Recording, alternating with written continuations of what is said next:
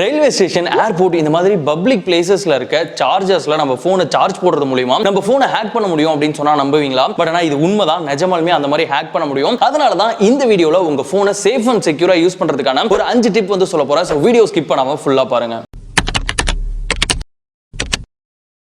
So நம்ம கையில் இருக்க இந்த ஃபோனை சேஃப் அண்ட் செக்யூராக யூஸ் பண்ணுறதுக்கான ஃபர்ஸ்ட் டிப், நம்ம ஃபோனில் இருக்க எல்லா செக்யூரிட்டி ஃபீச்சர்ஸையும் கம்ப்ளீட்டாக நம்ம வந்து அசஸ் பண்ணணும். எக்ஸாம்பிளுக்கு சொல்லணும் அப்படின்னா, நம்ம ஃபோனுக்கு லாக் அப்படின்னு பார்த்தீங்கன்னா ஃபேஸ் லாக் அண்ட் வந்து ஃபிங்கர் லாக் தான் வந்து நம்மள நிறைய பேர் வந்து போட்டு வைப்போம். இதை தாண்டி வந்து பேக்கப் கோட்ஸ் அப்படின்ற ஒரு செக்யூரிட்டி ஃபீச்சர் இருக்கு. இது என்ன அப்படின்னா, நாமளே ஒரு கொஸ்டின் வந்து செட் பண்ணிக்கலாம். எக்ஸாம்பிளுக்கு நம்மளுக்கு பிடிச்ச ஆக்டர் யாரு அப்படின்ட்டு நம்மளே கொஸ்டின் செட் பண்ணி அதுக்கான ஆன்சரும் நம்ம செட் பண்ணிக்கலாம். ஸோ எப்பெல்லாம் வந்து இந்த ஃபேஸ் லாக் ஃபிங்கர் லாக் வந்து ஒர்க் ஆகாம போகுதோ அந்த டைம்ல இந்த பேக்கப் கோட்ஸை நம்மளால யூஸ் பண்ண முடியும். ஸோ வேற யாராவது நம்ம போன்ல இருக்க ஃபேஸ் லாக், ஃபிங்கர் லாக் இதெல்லாம் என்கிரிப்ட் பண்ணாங்க அப்படினாலும் இந்த பேக்கப் கோட்ஸ் அப்படின்றது வந்து பேக்கப்பா வந்து நிக்கும். சோ அந்த டைம்ல நம்ம போனை வந்து அவங்களால அசஸ் பண்ண முடியாது. சோ அடுத்து ரொம்ப முக்கியமான விஷயம், நம்ம யூஸ் பண்ற கூகுள், இன்ஸ்டாகிராம், ஃபேஸ்புக் இது எல்லாத்துக்குமே 2 ஸ்டெப் வெரிஃபிகேஷன் எனேபிள் பண்றதுன்றது ரொம்ப முக்கியம். இது எதனால அப்படின்னா, வேற யாரும் நம்ம அக்கௌண்ட்டை ஹேக் பண்ணக்கூடாது அப்படின்ற ஒரு பாயிண்ட்டுக்காகவும், ரெண்டாவது வந்து இன் கேஸ் நம்ம அக்கௌண்ட்டை வேற யாராவது ஹேக் பண்ணிட்டாங்க அப்படின்னா ஓடிபி மூலமா நம்ம வந்து ரெக்கவர் பண்றதுக்கும் வந்து இந்த 2 ஸ்டெப் வெரிஃபிகேஷன் அப்படின்றது ரொம்ப யூஸ்ஃபுல்லா இருக்கும். மூணாவது ரொம்ப ரொம்ப முக்கியமான விஷயம், நம்ம வந்து பப்ளிக் பிளேசஸ்ல போகும்போது ஃப்ரீ வைஃபைஸ் வந்து நம்மள சுத்தி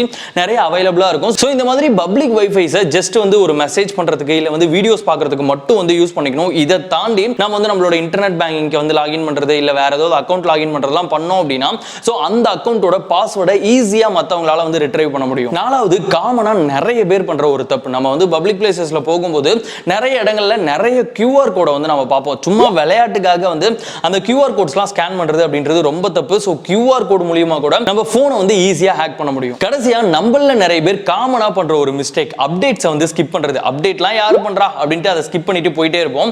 ஆக்சுவலா அப்டேட் அப்படின்னு பாத்தீங்கன்னா இயர்லி ஒன்ஸ் வந்து ஒரு மேஜர் அப்டேட் வந்து வரும்.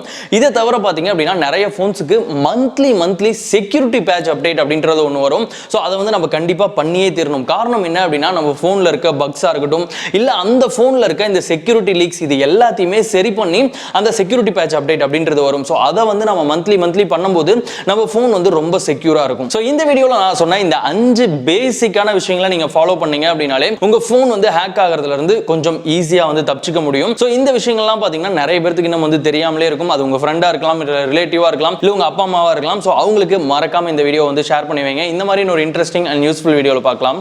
பை.